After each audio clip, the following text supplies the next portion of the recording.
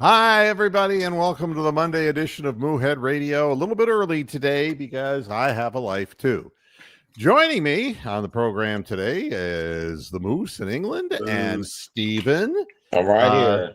Yeah, you're in Texas still? Still am. Still in I'm sorry. I was hoping things had gotten better for you. I'm joking, of course. Yeah. Yeah. Today will be an interesting program because you've heard the Screaming Act and you've heard the Vulgarity Act. And if you've been listening to this program long enough, you've seen me fall out of my chair when I was screaming and yelling about the Cleveland Browns, or,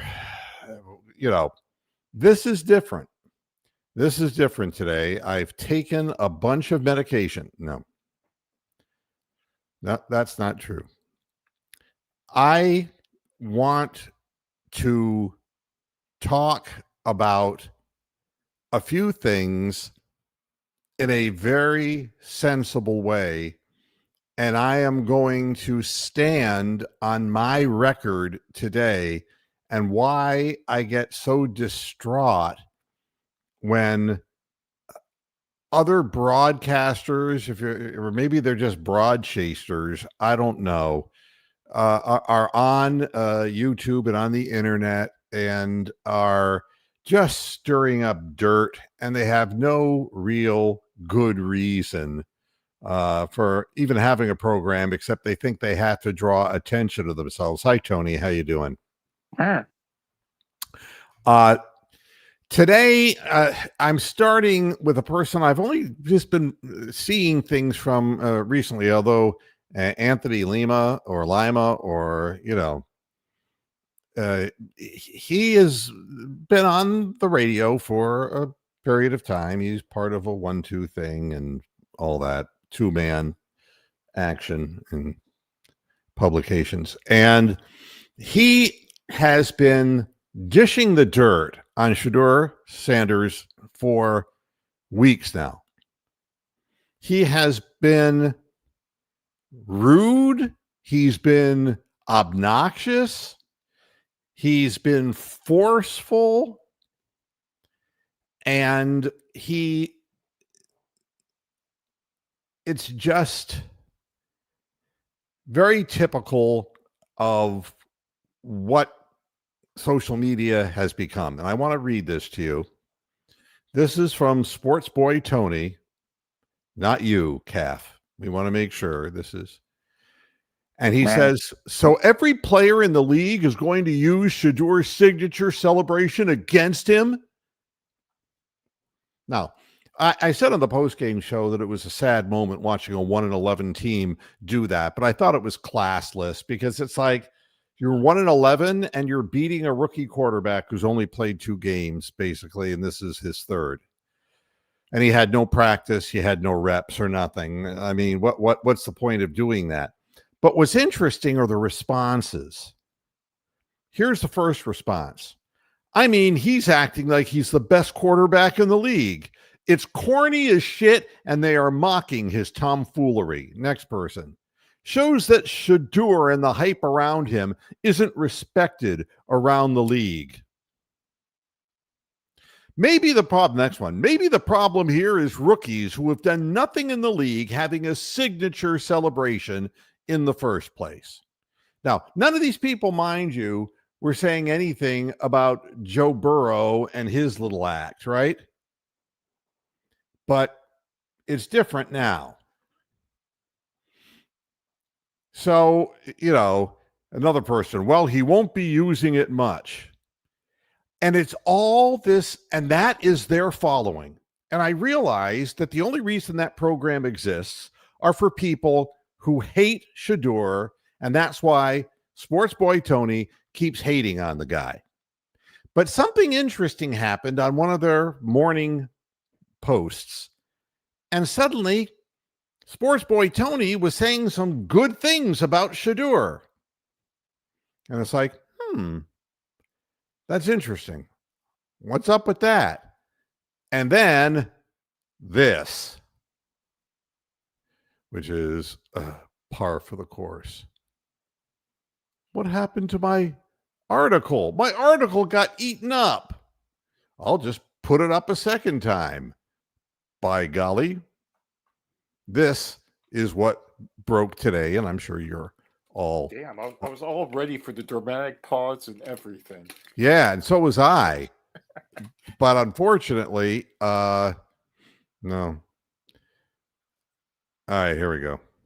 Headline: Browns say Shedeur Sanders will be quarterback for the rest of the season.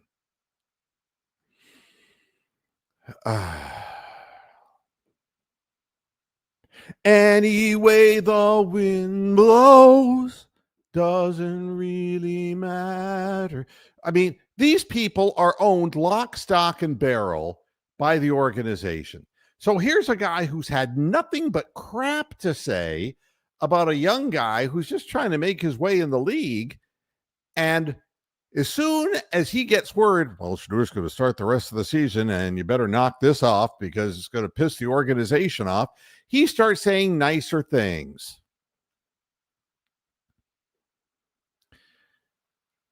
I have a different perspective, and I understand, adjacent sports journalists need the Browns to be bad. To them, it's good business. And I understand all about business. And I understand that if we were talking about sitcoms or whatever, that there would be a niche for different programming in television. I get that. But to start bonfires for the sake of starting bonfires doesn't make a whole lot of sense to me. Here is what Kevin Stefanski said today about Shedeur. Quote, I think Sanders has constantly and consistently gotten better in each one of these games and how he's approached the game. He's been working very hard, so I feel good about where his development is heading.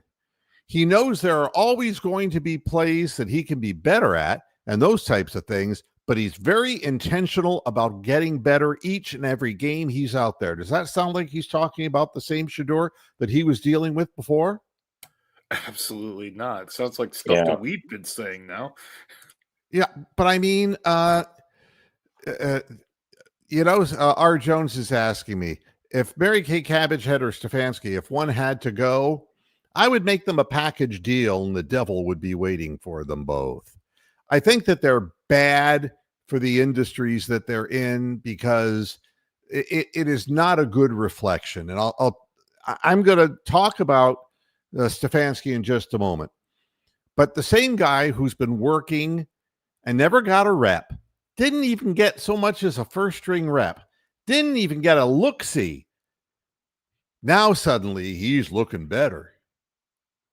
And he's a hard worker. Why?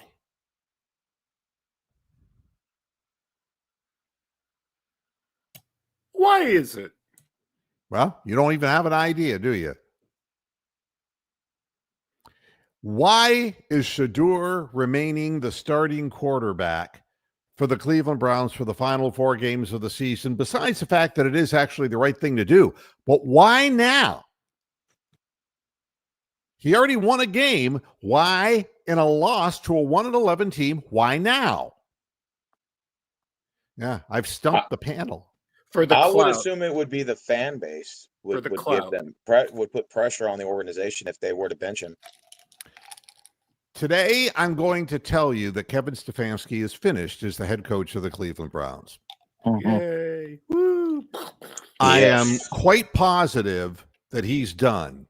And the reason is he is talking off a talking sheet that he's been told to talk off. And this decision was not Kevin's, which he seems to think everything is his decision. This was not his decision. This came from higher up. Absolutely. And, we can guess where it came from. But if I believe Barry and Haslam are joined at the hip, all right? I think Barry's his money guy, and he's also the general manager of the team. And I think those two guys work together. I think Stefanski was an agreed upon coach by both of those men. But now Stefanski has no defense for what he's doing except what he did in his press conference, and I'll get to that in just a moment.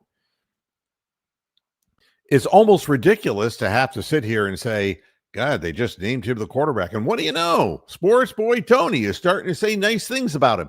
You know, they're putting this shit out to their media people. And you should have heard the questions that Mary Kay Cabbage had started asking of Kevin Stefanski. They got positively aggressive with him. They interrupted him. No way. Absolutely. And, let's go to Kevin's press conference post-game interview. All right. And I want to make sure that I do this correctly. Let's see. I'm just taking my sweet time.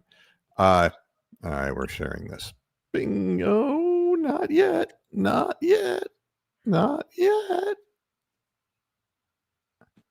Where is it? Why isn't it showing? I'm going to go out this way and no. Boy, they've changed the studio again. These people. Who are these people? I will try this. It's saying stop screen, but I can't see it anywhere. Oh, my goodness. Do you want me to come up with a StreamYard conspiracy theory for you? Yeah, right. They want to stop Moohead's 40 followers from watching this. God almighty. They're stacking more things vertically now in the studio, so it was hidden below you guys. All right. So just listen to a little bit of this, and I'm just going to shut up. Here we go. What was supposed to happen on that last 2-point conversion? Yeah, not going to get into all the specifics, Jeff, but obviously did not go as we thought it would. Did you make that call or did Tommy? Yeah, I make every call. Why would you take him off? Yeah, it's a 2-point play. Didn't come through on our first 2-point play. Got to the second 2-point play. We didn't come through, but that's on me. Was that play call yours or Tommy's? I'm responsible for all of it. Kevin, on the first one, just I guess what prompted wanting to go for it in that scenario? Yeah, it's a scenario that we talk about a lot. That's something that when you're down 14, feel good about the decision there. Didn't come through. You mentioned the run defense. What did you see as being the biggest issue? Yeah, we have to look at it. That's not what we're built to do. It's not what we're about. We'll look at all of it again. It's things that we'll make sure we point it out and fix it. But give them credit. But that's something that we hang our hat on. Kevin, another special teams blunder. How do you keep believing in Bubba? Yeah, I'm not going to get into that type of stuff, Jeff. We have to play better. We have to coach better. But that's just the bottom line. Ethan, was it an Achilles? Yes. You don't know till you get the testing, but didn't look good. And said concussion? Yes. Kevin, is this the kind of game where, just how do you explain all of the mistakes just across the board from so many different? You're looking at him, honey. Against a 1-11 football team. Yeah, I think you go into any game versus anybody, Mary Kay, you have to play your best. You have to execute in the time when it's time to execute. It's our job as coaches to put our guys in position, and we came up short, bottom line. Is the reason you didn't use Shedeur on the 2-point play was because he fumbled the first one? No. How soon did you know that you were going to go Wildcat for that 2-point? There we go. Yeah, it was, during the week, you talk about 2-point plays in total, plays that you like in those moments. And obviously, the first one we didn't get off exactly how we wanted to. The second one didn't get off how we wanted to. But as the drive was going down, you already had in your mind that you were going to that specific play. Yes. All right.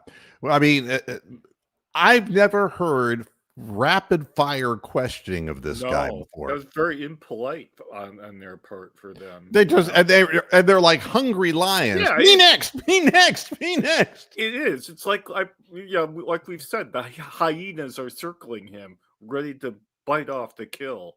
You know. Yeah, it's It's like they almost wanted to ask him the right questions, so they kind of like reworded it a little bit. Yeah, and the answers, the answer to the question, and it's very interesting. To me anyway, it might not be interesting to the viewers. The question of, I thought Tommy Rees was calling the plays. Oh yeah, that sort of got skated over, didn't it? Well, if you want to go back and listen to what he said, he says it's all him. It's all him. It's all now, him. So how can that be? So how can that be?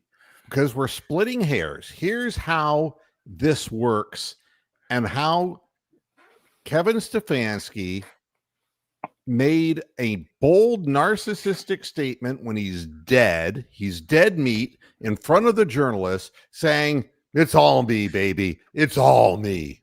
It's all me." Yeah. Spread your legs, Mary Kay, and take all of me. Won't you take all of me? Yeah. But Mr. Moohead, it seems like when he says it's all me, it's all on me, he doesn't say it like it's my fault. Just like, well, I made the call. It is what it is. You know, you don't like it, go watch something else. He said, I am music and I call the plays. This guy. I write the songs, man. Yeah. This guy is I'm playing the violin in front of journalists and saying, and the question was, did Tommy call that or did you? He goes, and he basically tells us that he calls them all. He calls them all. That's what he said. Now, how can that be after what they've told us about Tommy Rees? And the answer is this. Oh my God. Kevin has a playbook that is assembled during the week. That playbook contains all the plays that could possibly be run.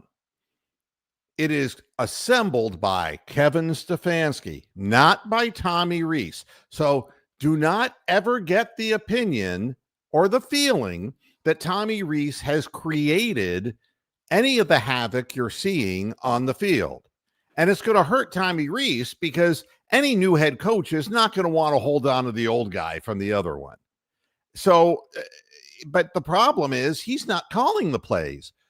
And what's obvious as he talks further in the press conference is that minutes before the whole thing happened with the Wildcat situation, the first time, the fumble, and then the second time, he knew well in advance, several minutes before, as they were moving down the field, that was the play that was going to get called. Tommy Rees had no say in it. And you want to know why? Because Tommy Rees's job is being a yes man, and it's the same thing as Dorsey. The same exact thing. They call him an offensive coordinator, and it's bullshit. He does not do anything but select plays that are already in this published playbook that was created by Kevin Stefanski, and he can be overruled in the middle of a game and interrupted in the headset and say, this is what we're doing on the goal line. Yeah. All Tommy Rees did was green light the playbook. And this is what has come out from multiple sources that I have spoken to. That's how this worked all along. The reason this looked all so familiar to us is because it's been Kevin all along. Yeah. Tommy Rees has, and same thing with Dorsey, nothing. All they did with Dorsey is they said, all right, well, we got, we went ahead and we blew our load on well, that's not a good expression to use with Deshaun Watson. I'll try again. We used all of our resources to get Deshaun Watson. And so we had to start throwing downfield. So Kevin's playbook included some of that, long snap kind of shotgun kind of stuff. He puts together the book. He is music and he writes the songs. And all the offensive coordinator can do is pick from a list of bad fucking plays. Now, the reason I want to talk about why it pisses me off that people on the internet are doing what they're doing is because there's I'm going to bring something up here, and I've never done this on program before. Oh, don't bring it up. He just threw up on Dean Wormer. 0.0. All of the podcasts of the past on Moohead Radio that are, when I say recent vintage, I mean all the way back, like 2015. I mean, we're talking about the last 10 years, are on YouTube. You can go back and you can hear what I said and when I said it and how I said it. And I want to explain to people, Mr. Moohead is a caricature. And I've said this before, and he bites the hand that feeds him, and he's outspoken, and he's foul-mouthed. All right? The bottom line is that it gets lost in the shuffle what I have said for many years. So this is what I dug out for you folks, and we're going to share this. This is a Moohead Radio broadcast streamed live on January 4th, 2022. It's 3 years ago, more than 3 years ago, almost 4 years ago at this point. And we're going to, let's see if I can share this with y'all. And where is it now? You see, this is malfunctioning. There we go. All right. You might recognize me. The name of the program, yes, if you're seeing the name of the program, I call bullshit on Kevin Stefanski, and this was almost 4 years ago, and I've carved this out for you. Here we go. Here's what Baker Mayfield said. Truth. I mean, sometimes when I can see them blatantly just waiting for a pass to put their hands up, I can kind of change my arm angle. There are a few times that I had to put the ball a little behind these guys to get it around them. But some of them, these are timing throws. I have to be on time, put the ball in the right place and let it fly. And so a lot of those were due to that. Kevin Stefanski asked the same question. What was with all those batted passes? Stefanski's response. Yeah, they batted a bunch of balls. It's one of those things you got to, as a quarterback, you got to always be thinking about your eyes and those type of things. And then if the guys jump, offensive line-wise, we got to make sure that we keep their hands down and hit them when they jump up and that sort of thing. But they just seem to make a few plays there. I want to ask a real simple question. Everything that Kevin Stefanski does seems to be figured out on a slide rule, and Baker Mayfield is 100% right that these are timing throws. If you taped or recorded the game on a DVR, go back and look. The balls that were batted down by TJ Watt and the other guy on the other side, Cam Hayward, there were balls that were being thrown to the outside. The receivers were open, but they had to be thrown at a specific time. You throw an out pattern late, it's a pick six. You got to throw the ball when the man flashes. It's a timing thing. 100% a timing thing. People were complaining, why didn't Watt get called for taunting when he was laughing at and pointing at Baker Mayfield? Because what he was saying was, I know that play. I've seen it a million times on film. You run the same play over and over again. When I see that formation lined up, I know it's going to be a throw to the outside. And so rather than rush the passer and watch the game film, folks, I take 2 steps backwards and stare at the quarterback, wait for him to throw the ball in my general direction, jump up and bat it down. Now, how does he know not to rush the quarterback?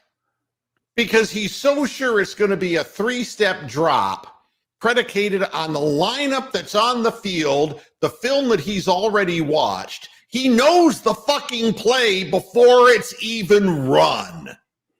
That was 2022. If you have an interest, I have just put that up, the link in the chat room, and you can check that program. There's a lot more information in that program. It is one of the most watched Moohead Radio programs because people got the misconception that I was anti-Baker Mayfield. And nothing could have been further from the truth. My feeling at the time was, do I think he's going to be a Hall of Fame quarterback? Nah, I don't think we can say that. I mean, do we know how good he can be? No, we really can't say that either. But what we can say is that you got to play to the strengths of who your quarterback is. And if you go ahead and throw a screen pass offense with Shedeur, you're missing out on what he does best, which is to throw the ball downfield. And that's exactly what happened to Baker Mayfield. Baker Mayfield, who had a rough go of it yesterday, God only knows, and he's turned out to be pretty much a 500 quarterback in the NFL. But he has big games, and he has games where he throws for up to 400 yards because he's a downfield thrower. He's like Matthew Stafford was. You can just get, down the field, Jim Kelly, bombs away, Dan Marino, bombs away. That's the kind of guy Shedeur is as well. But if you're running the same playbook and the same plays as little Dylan Gabriel had, that's not using Shedeur to, his best usage. So, all of this talk about what happened to Baker Mayfield, is he was Stefanski'd out of town. Correct. I mean, he was being misused. And he became a vastly under 500 quarterback instead of getting wide receivers and being able to play in an environment that at least let him do what he does best. In fact, he was so tainted that he had to go to 3 different organizations to finally find a home that knew how to use him properly and he could get his head around so that he could be a productive quarterback again, like he first was when he first came into the league. Yeah. Mm-hmm. And here's Mary Kay Cabot's headline. Are you ready for this? Oh, God. Shedeur Sanders' gutsy 364-yard 4 TD performance wasted in a mistake-filled loss to the Titans. You're going to give Shedeur credit now? You dumb bitch. Wow. I'm sorry. You're right. You want to climb on the bandwagon now that management has said that this guy is going to be the starter for the next 4 games, and there's a real possibility he could be the starting quarterback next season. Correct. So you're falling right into line. This isn't a free press. And the thing is that a lot of you folks are paying for a paywall over there, and you're paying them along with Jimmy Haslam to say whatever it is they're saying. And the same thing is true with Sports Boy Tony. He's shit. He's not good enough. He hasn't proven himself.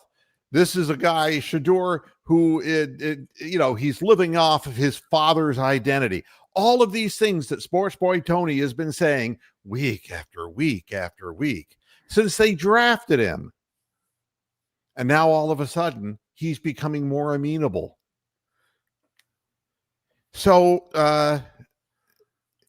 no, that was an old show of me, Ron. Oh, he probably came here at 10 o'clock thinking, or 5 o'clock thinking it was. Oh, that's true. Yeah, No, it started a at half hour 4:30 earlier. Yeah. So again, you can't believe anything you see on Cleveland.com. You can't believe anything that you're hearing on 92.3. They're just arguments to stir up dirt. I try to be as balanced as I can. And when I'm wrong about something, I will tell you I'm really wrong about something. Well, I'll slightly disagree with you. Can't believe anything on Cleveland. What you can do is you can believe the exact opposite of what they say, because you're being played. It's like you might as well read Pravda from 1977. You'd get more facts from there than you would from Cleveland.com if you take them seriously. So. Now, do you want to know how I know that Stefanski's gone? How do you know this? Because that is a concern of mine. I have the odd feeling still that he's going to somehow stick around, but how do you know? The Orange and Brown podcast. All right, Okay. I've talked about this too, and that is another wing, and you know Another Ashley, wing of the propaganda machine, right? Ashley Bastock and Mary Kay Cabot, and I don't know what the guy's name is. But the Orange and Brown Talk podcast is what they refer to themselves as. I'm going to read this, and you're just going to fall over. Okay. Even Shedeur Sanders' impressive 364-yard, 4-touchdown performance couldn't mask the organizational failure that was the Browns' 31-29 loss to the 1-11 Titans. As the Orange and Brown Talk podcast crew dissected the defeat, a sobering reality emerged. This game might be remembered as the tipping point in Kevin Stefanski's tenure as head coach. He's been doing this for fucking years. Let the walls come tumbling down. Let the walls. Yeah. It's like you've got one of these levees in New Orleans, and there's like a gentle drip. And just a gentle drip, and then suddenly a hurricane comes by, and the whole wall falls over. And then you wonder, like, well, maybe if we had fixed that leak when we first noticed it, the levee wouldn't have fallen over in the hurricane. Now, here's the quote from Mary Kay Cabbagehead, and you'll understand why I have no respect for her and why Mr. Moohead constantly refers to her in vulgar terms, because I think you have a responsibility to tell the truth. If you're going to do this, and I'm never going to charge for this stupid program, but I'm going to tell you what I think the truth is. And if I'm wrong, I'm going to say, "Ooh, I whiffed on that one." And I'll just say, this is my opinion. And it's my opinion that Kevin Stefanski is going to be let go. Okay. But these are all the clues I'm getting. Here's the quote from Mary Kay Cabbagehead.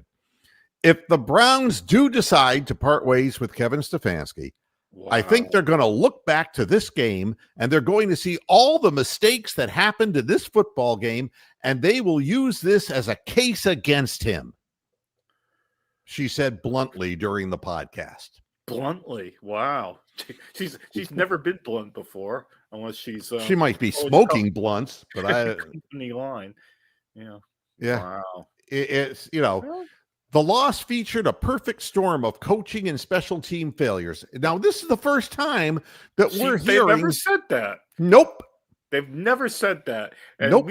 There's been literally 24 games where you could say that, going all the way back to 2020, 2019.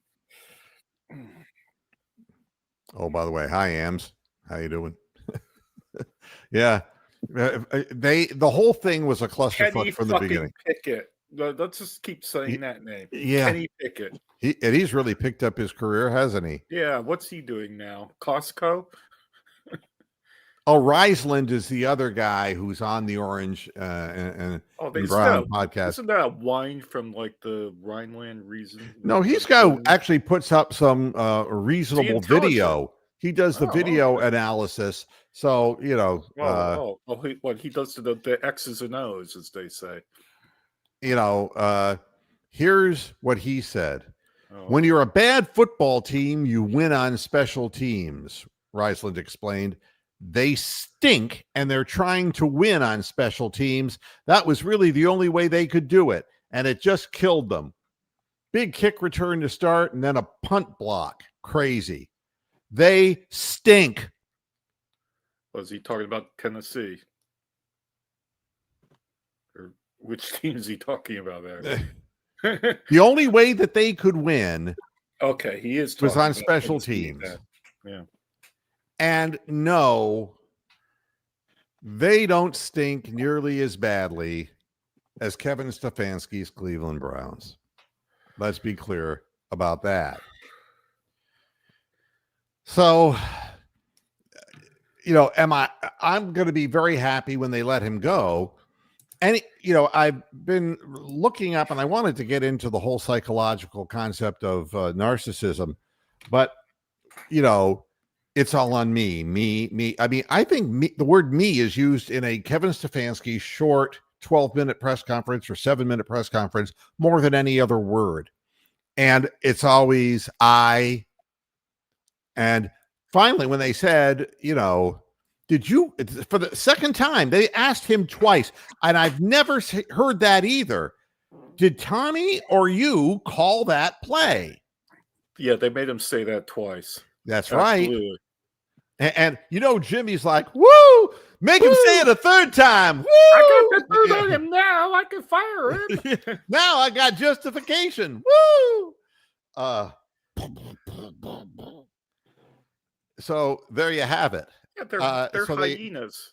And so until they ask him the question, and he finally comes right out and he says, I call all the plays. Damn it. You can't handle the truth. It is. It's Exactly. It is almost like A Few Good Men with Jack Nicholson being cornered by Tom Cruise. But instead, it's the farce of Cleveland.com cornering Kevin Stefanski. It's not even as dramatic as A Few Good Men, Of course, Kevin ordered the code red. Yeah. Other organizations better take a long look at this press conference, because if you want to see a guy kind of melt down up there with his darting eyes darting around the room, and finally, help me. It's just he was looking for Topaz to pull him out of there. Topaz, come here and pull me out of here. Well, you know what it's like? It's like a fat guy like me being on a diet for like 6 months. Oh God! And losing like 25 pounds, right? Right. And somebody would come up to me and say, God, you must be feeling so much better. And I would say, I want a baby Ruth. I want a baby Ruth. Right. I'm dying. Yeah. I mean, he cracked. I call all the plays. You stupid fuck. Hadn't you figured that out? You're a goddamn cabbage head. They need to make a dramatic movie about this episode, this era of the Browns, because I think it'd be hilarious. In 20 years' time when all the guilty people are dead. Yeah. It will be good news for me if at the end of the year they just let him go, and you can go ahead and sell me the bullshit, about how next year is going to be better. Yeah. And I'm fine, but you can't bring him back and have me on the list. I'm sorry. I can't do it. Or any of us, really. I mean, I got a life, and I can't, it's like going around in circles, like poor Topaz chasing his tail. Yeah. And I resemble that. And it's not that I get joy out of anybody getting fired. No, but it gives me a sense that something is at least being paid attention to by the organization in a business sense, that this guy is a total narcissist, and it's me, and it's, he wanted Dylan Gabriel. It was him. Yeah. I mean, it had nothing to do with anything else except that's my decision, and my decision's final. And it's the same thing as we're going to run that Wildcat play. And I'm telling you that, Tommy. And I'm telling you, if we get near the end zone, I'm running that play. If we get into the end zone, I'm running that play. You know what I find sad about all this? Now I'll lift the Moose character for a second here. What I find sad about all this is that Kevin only wanted to win with Kevin's way. Kevin just didn't just want to win. He wanted to win how he wanted to win. And if he couldn't win the way Kevin wanted to win, then we were not going to win. And that is apparently what the case is. I wish I knew the time Mohio is saying, or Mohio, sorry. I thought he was implying that he approved the plays. Did he really say he calls the plays? Can I run this again? And maybe I can get lucky and find it. Yes. He came pretty much unglued. And let's go back into sharing mode and see where we're at on this. And I'll run it a little while. Something that we hang our hat on. Kevin, another special teams blunder. How do you keep believing in Bubba? Yeah, I'm not going to get into that type of stuff, Jeff. We have to play better. We have to coach better. Believing in Bubba. Bottom line. Ethan, was it an Achilles? Yes. You know, you don't know till you get the testing, but didn't look good. Instead, concussion? Yes. Kevin, is this the kind of game where, just how do you explain all of the mistakes just across the board from so many different phases of your game against a 1-11 football team? Yeah, I think you go into any game versus anybody, Mary Kay, you have to play your best. You have to execute in the time when it's time to execute. It's our job as coaches to put our guys in position, and we came up short, bottom line. Is the reason you didn't use Shedeur on the 2-point play was because you fumbled the first one? No.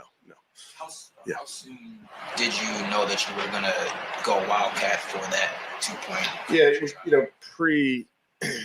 during the week, you talk about 2-point plays in total, plays that you like in those moments. And obviously, the first one we didn't get off exactly how we wanted to. The second one didn't get off how we wanted to. But like as the drive was going down, you already had in your mind that you were going to that specific play. Yes. Could you explain the decision to not kick on that first one? Yeah, it's something that we've done in the past. I know you see it around the league. The idea of being you get the 2, you know what you're doing at the next one, but something we've done before. I know you talked about the rookies play up and down, but on that interception, it's as simple I think as I passed it. I'm going to go back and I'm going to find this. Built to do. It's not what we're about. We'll look at all of it again. It's things that we'll make sure we point it out and fix it. But give them credit. But that's something that we hang our hat on. Kevin, another special teams blunder. We got to go 2-point play. Got to the second. Go back earlier, I think. It's on me. Was that play call yours or Thomas? I'm responsible for all of it.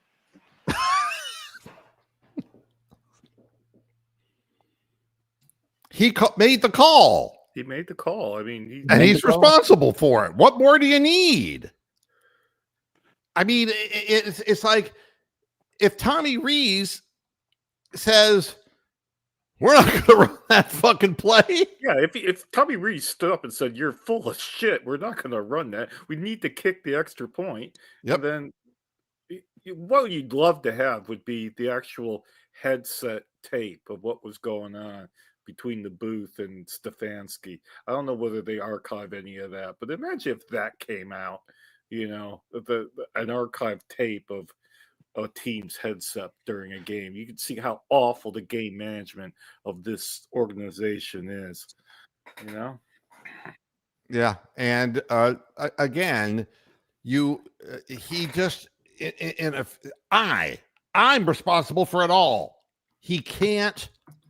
It's just about him. You want me on that wall. You need me on that wall. I was just about to say that.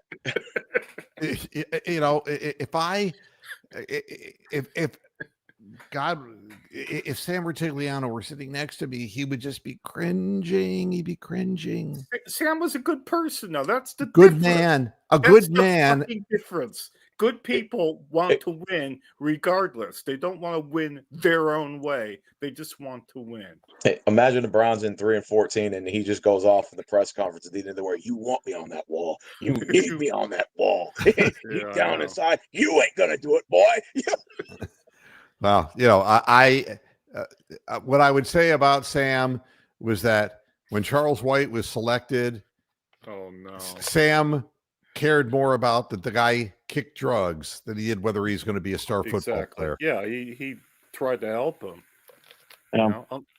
Unlike Earl Bruce, who got people into gambling, but that's another story. Yeah, I mean, but that's the difference between approaches, I guess.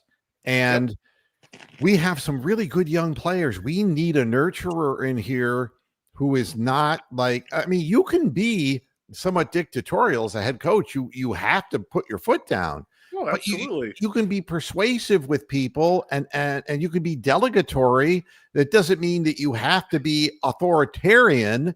I mean, it's just, I'll give you an example. If you were the ruler of a country, well, and we're not going to name a country, and you have an approach, and your approach, one ruler would say, this is a parliamentary kind of thing, so I'm going to really take into account what the parliament says about it. And the other guy says, fuck the parliament, and what we're going to do is we're going to make sure that we get as many people in the parliament who are on our side, and then, well, they'll just do whatever I say and we'll ram it on through. And exactly. That's the difference of what we're talking about. Now, if you prove that you can win that way, it was like Vince Lombardi back when the NFL was in its infancy. Vince Lombardi could do what he wanted to do. Yeah. He made Bart Starr cry. Which is hard to believe, but he did. Yeah, but it's true. He made his life miserable. And he just beat. And what do you think? Where do you think Forrest Gregg, when he coached the Browns and the Bengals, where do you think he got that from? He thought that was the right way to do things, and that's sad. Verbally and the whole Woody Hayes thing. My God. Somewhere there is an area between being firm and being fair and being authoritative. I was going to use names. There's something somewhere in between being Kevin Stefanski and being Kenny Atkinson. Kevin says, you're going to do this, you're going to do this, you're going to do this, and we're going to be a short passing team with 3 tight ends. That's the way it's going to be. Kenny Atkinson sits down with DeAndre Hunter and says, so do you want to be a starter or do you want to be the first guy off the bench? There's got to be something in between those two things, because people will think they can walk over you, and that's not what you want. Or if you're talking about the previous coach of the Cavaliers, things are rosy right now in Detroit, but I'll tell you, they won't be long. Yeah.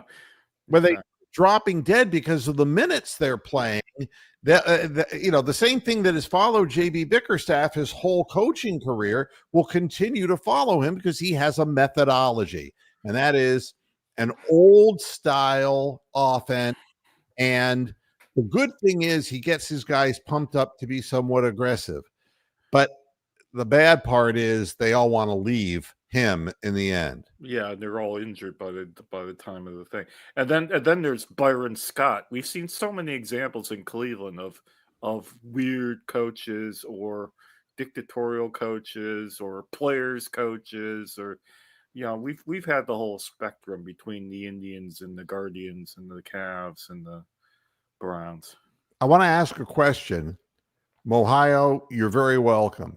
How many live programs would stop a program to answer an important question and try to search for that answer for a viewer? How many would actually listen to somebody? That's what's missing. The personal point of all of this is that we're trying to figure out why. We're trying to find the truth. You And can't we handle handle the the truth. Exactly. Thank Oh, you. God. I'm here all week.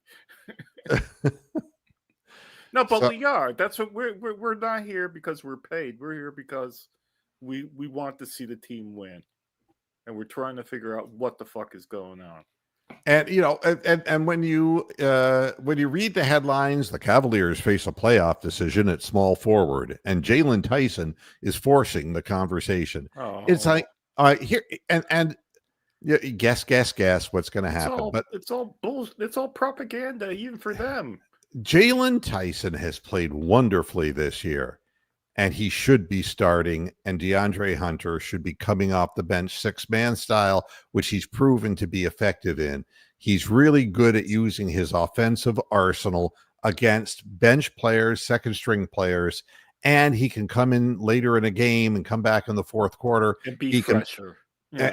and but he is not a defensive player. He's No. been exposed this year because he's not physical enough, and his shot has gone to hell Yeah. because he would feel much easier on the court, and he has to get this through his head because ego doesn't want to be sixth man.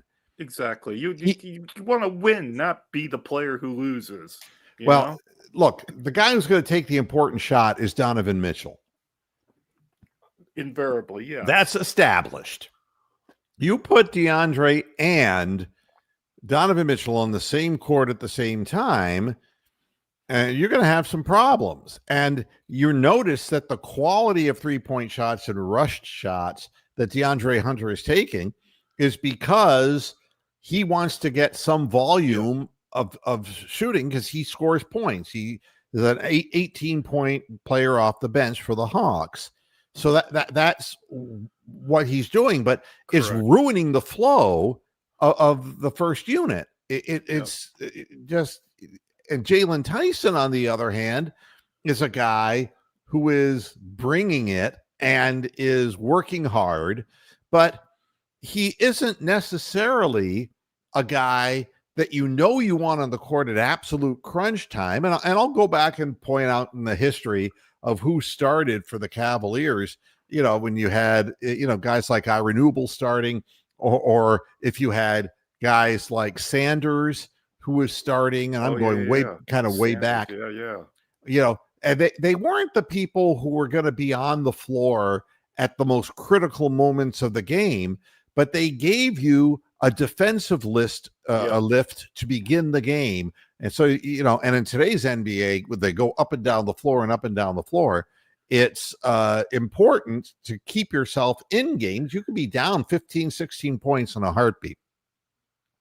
So the playoff decision for the Cavaliers is whether the players really want this or not.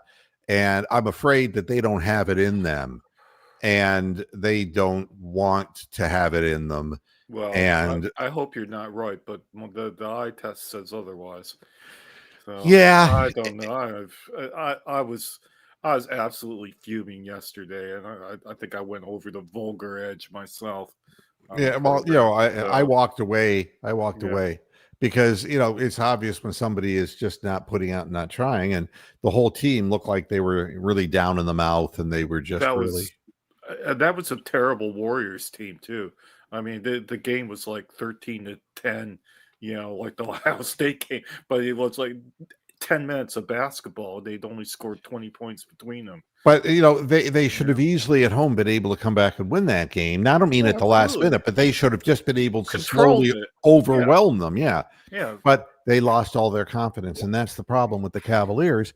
They don't have confidence. The reason you have to get rid of Kevin Stefanski is because you've got the Schwezingers and you've got the players who are hungry. You got the Denzel Wards who are hungry. You got Miles who's still hungry, Who can be hungry. but Yeah. bewildered, absolutely bewildered. You've got Grant Delpit, who has really become a good football player. Okay, I got a theory about yesterday's game. Now, the fact that you saw Delpit flash a lot on these blitzes is probably why the running defense wasn't as good as it had normally been. So I think Schwartz tweaked the defense so that there were blitzes going against Cam Ward, Yep. and then that left the Pollard, who's really sort of a mediocre back, the opportunity to break big runs and get 180 yards. But I think Miles he was got. continuing to just all out go after the quarterback and wasn't playing his gap. Oh, I'm not disagreeing with that at all, but I think the Right. factor was the defense looked changed to me, and you never saw Del Pitt like blitz, on successive series. He must have had about 4 or 5. I'd have to go back and look at the tape, but there was a reason why they gave up all those yards yesterday. Yeah, and it's hard to imagine that you would go, and give up. I mean, I would think you'd want to take the ground game away from them so you would force the rookie to beat you. It's all a matter of opinion, and you'd think professionals that do that for a living would know a lot more than I would. And you got a snowy day, a cold, snowy day, and you would figure that would be the case. But so be it. I was wondering why in the hell the Titans were allowing Shedeur to go back, with the shotgun formation and move up into the pocket and start. It was like neither team really knew how to win. Let's be honest about that. Well, Shedeur, let's be honest, had a better game yesterday. This is why comparisons of other quarterbacks on their teams mean absolute It's shit, invalid. Because I could invalid. actually say that Shedeur statistically had a better game than fucking Baker Mayfield, Cam Ward, and Joe fucking Burrow yesterday, and Patrick Mahomes. Well, Would but you it was rather have as your quarterback? It was Mary Kay Cabbagehead who said the real point of this game is to see whether Shedeur could, and how he stacks up against the number 1 pick in the draft. Well, now you have your answer. Yeah. So why don't you come out and just say, man, I was just wrong about this shit. Exactly. I mean, you walk down a dark alley and now you deserve to get mugged. That's what it amounts to. You got to come clean with your audience. And look, there are on many occasions over 24 years that I've just said something. It's like, wow, that just turned out to be not the case. I say stupid shit every time I'm on the program. So yeah, so do I. So I mean, we all are passionate about what we do. Tony never says stupid shit though, do Nope, you, Tony? Right. And now they're saying in the headlines, they're questioning, did Guardians Emmanuel Clase throw 2024 playoffs for gamblers? Yeah. Well, he was terrible. He was, wasn't he? And you wonder Throwing batting practice to Aaron what happened Judge. to him, But you see, the second somebody is, not honest about something, you're going to question him in 100 different ways. But yeah, that thing about Mary Kay comparing quarterbacks was really crucial mistake on her part to actually even bring that shit up, because it doesn't mean anything. You're comparing things that can't be compared against each other. 2 different teams, 2 different circumstances, two different games, offensive different teams, opponents, different stadium, different weather. Yep. Yeah. Now, and this is again comes down to what I talk about integrity, which is just lacking. It's lacking in our society, Everywhere. to be quite it's honest. Lacking all over the world. It's not just America, my friend. Right. Everywhere. Notre Dame athletic director rips the ACC, saying permanent damage has been done. All right. The AD, Pete Bavacqua from Notre Dame, he unloaded on the ACC conference, right? As he should. In the wake of Sunday's college football playoff snub. No, not when you hear the story. You won't believe that. So Bavacqua was on the Dan Patrick show, and, on Monday, and he has great respect for Miami, Alabama, and all the teams that stated their cases for inclusion into the college football playoffs. Bavacqua was upset with how the ACC pushed for Miami over Notre Dame leading up to the selections. Now, wow. Quote, we were mystified by the actions of the conference to attack their biggest, really partner in football and a member of their conference in 24 of our other sports. Now, take this and put it into your head. Okay. Notre Dame has 24 sports that are affiliated with the ACC, but it was their decision to stay out of the ACC and remain an independent. You know why? More money. Greed. So you can't complain about this Exactly. now. Yeah. Not only that, they could play Mickey Mouse teams, you know. Yeah, the They- Notre Dame yeah. Broadcasting Company. And you Absolutely. complain about something like this after you play the Air Force and Army and Navy or whoever the fuck they're playing these days. Lehigh. I don't know. Yeah. I mean, The Citadel. They had a weak schedule outside of Miami. They didn't really play anybody. Oh, it's filth, isn't it? and what he's referring to, the ACC's official account posted on X a side-by-side comparison of Miami and Notre Dame, accompanied by the text, "No hypotheticals, just facts." They beat Wow. Notre Dame heads up, man, against one another 27-24 in the beginning of the season. A game that Miami never trailed the entire game. They ended up with a 10-2 identical record. Well, there you And go. so, we're going to take our 24 insignificant sports like our girls hockey team, and we're Oh, going to the pull them out of the archery team, ACC. And the you know what this shooting is? team.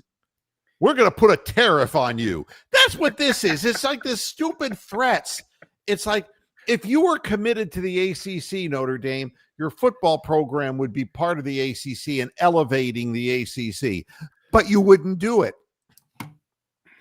You got your own TV network. Thank you, Amsterdam. Yep. Yep. Yeah, and they got a locked-in contract with NBC too for like 10 years, worth I think over $1 billion. So, But yeah, and that's what it's all about. it- Everybody becomes so self-righteous. but here's the thing though. Instead of them pressing the issue for how Miami got in, they should have been pressing the issue for how Alabama should not be in. That's what they should have been saying. Hey, they got 3 losses. They never moved down. We still stayed in the top. Why are they still ranked? And why are they still 9? Well, we could talk Just about food for this thought. a lot. Yeah.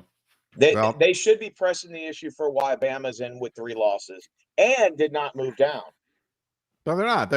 Notre Dame is complaining about the ACC, and because they're butthurt because Yeah, the it- ACC wanted to put its own football school into the CFP instead of a Notre school Dame. that refuses to join the ACC.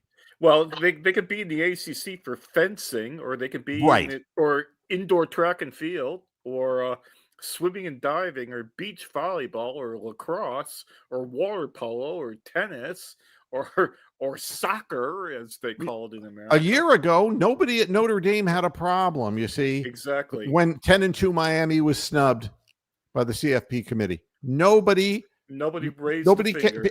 because what the hell, Notre Dame, we made it, and they had absolutely nothing to say to heal the wound of the ACC school.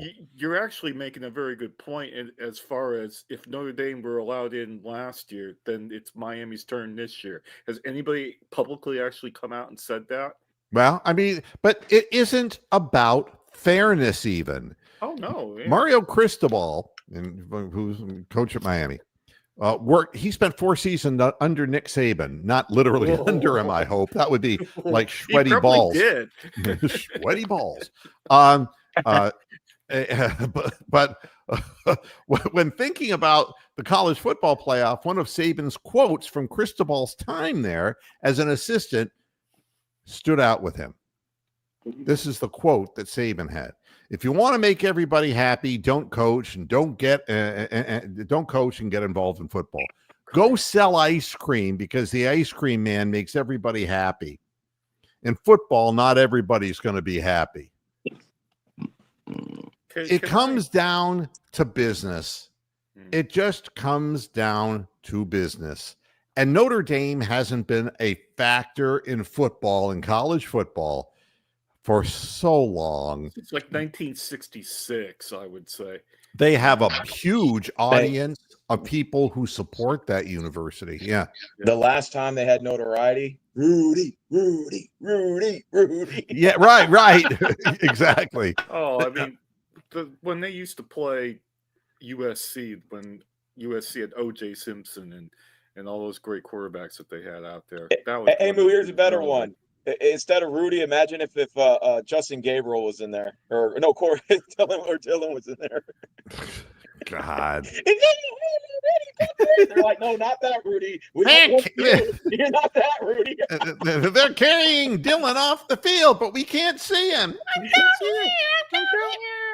He's like Clark Kent behind there, but it's a little midget. He's like, come on, guys, just like Rudy, cheer for me. And all the Browns are like, not that type of Rudy. I'm running overtime here, so I want to get going and take my wife to dinner. Can For I God's make sake. a really Okay, quick Moo, before point? we close out, I wanted to ask you guys a question about Notre Dame. Do you think All right. them getting snubbed is going to put the pressure on them to join the ACC next year? No. Or do you think this will No. just be just No, they can't No. give up that money. Nope. No, they won't do that. What I wanted to say is that, and this is not an original idea, I read this from somebody else on social media, is that the NCAA should not call this a playoff.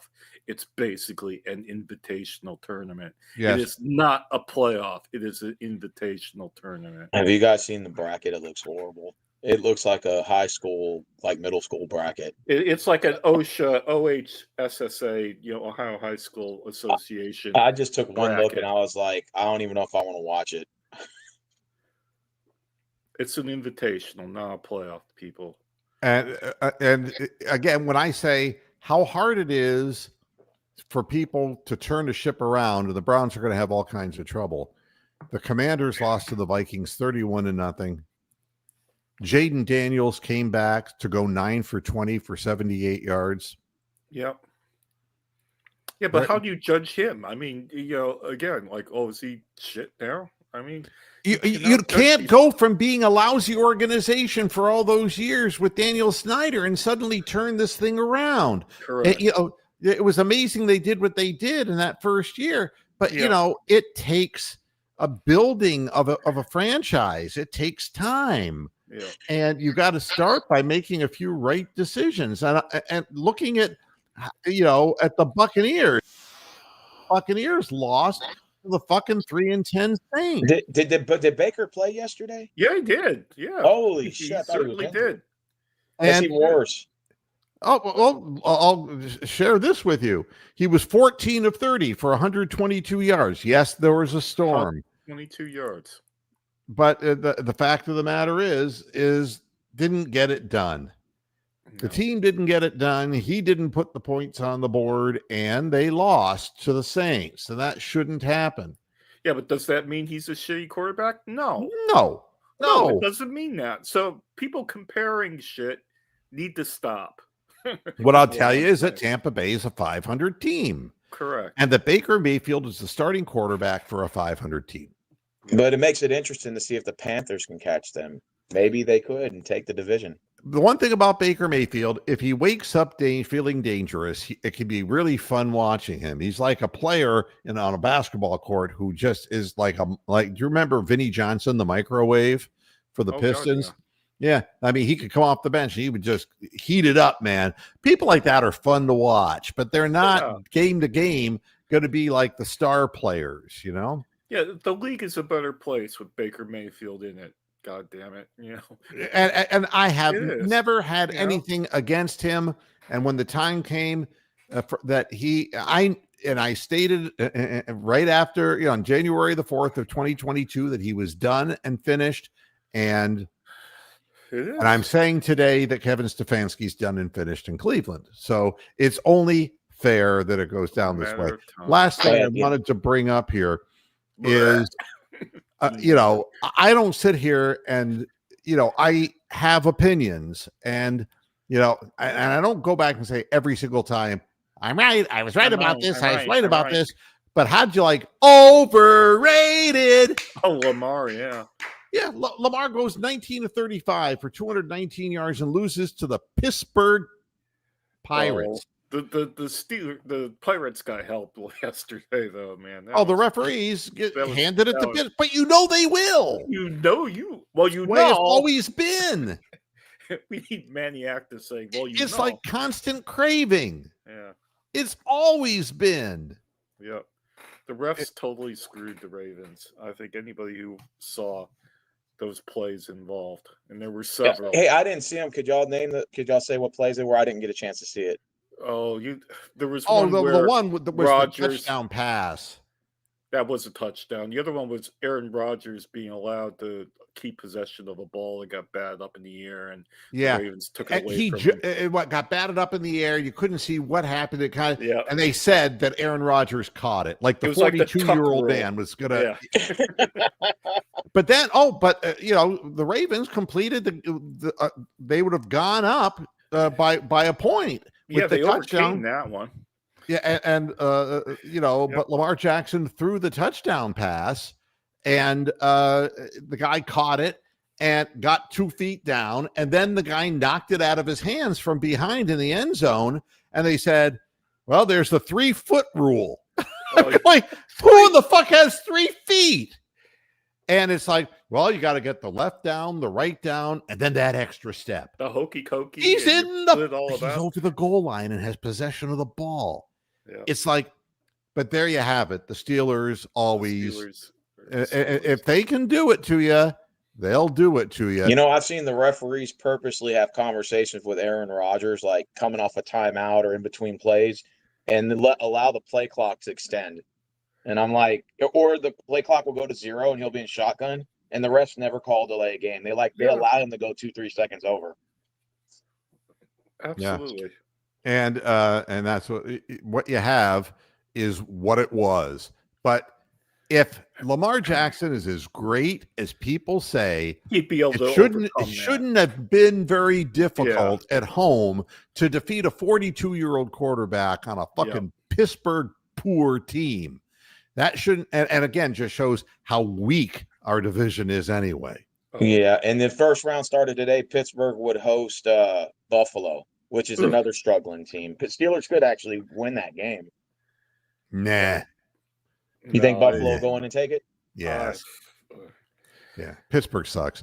I got to get out of here, guys. You get out of here because you started early. Hey, for Engel, a I know you're reason. about to head out of here, but what are you going to do? I'm just curious. Curiosity killed the cat. You said you're taking your wife out to eat? Yep. No, like, is it a famous restaurant? Like what kind of food is it? Oh, no. It's sushi. Oh, I love sushi. Yeah. Like cooked sushi or raw sushi? No, cook. Sushi is sushi. Oh. Yeah, Oh. and it's also got a bunch of Chinese food. They have a buffet and the buffet and a sushi buffet. Dude, that's badass. Oh, it is badass. Is this senior hour? Is that why you have to leave? Gotta go now to get my senior discount. No, they have a senior discount for me all the time. They see my Did you crooked go up to back this, and you they go to feel this bad place for all me. the time, Moo? Huh? You go to this place often, like this restaurant often? Well, every so often, yeah. Like, yeah. would you recommend it? Yeah. Oh, yeah. Yeah. Okay, I so mean, the food I'm is not good, going to okay. tell you it's the best sushi I've had in my life, but if you It's have good call. if you have friends visiting you from somewhere and they're wanting to come to Florida, they'll be able to find their favorite Chinese dish. They have a salad bar. They have the sushi. They have peel and eat shrimp. They got everything on it. So you're gonna find what you're looking for. Is what it is. Nah, And so they you get even what you have pay for. in the back of the place. They have a hibachi as well, where they'll fresh make hibachi for you. Oh, wow, that's awesome. So They have yeah, ribs and all that too? Way Huh? in the back. They have like meat and chicken and all that, like yeah. Oh yeah, different yeah. rice and all that. Different Oh, proteins. Yep. yes. And if you go way in the back, they have a poker game going on. But anyway, that's another topic. I think Steven's getting a Woody here, so I got to get out of here. Thanks, everybody, for tuning into this edition of Moohead Radio. I certainly hope that this clarifies some things about why I do this program and why I throw shade on some of these programs that just don't seem to get it. We'll be back again at the end of the week on Friday to do more Moohead Radio. Until then, hasta la vista, Pastor Heads. Good night. Moo. Boom.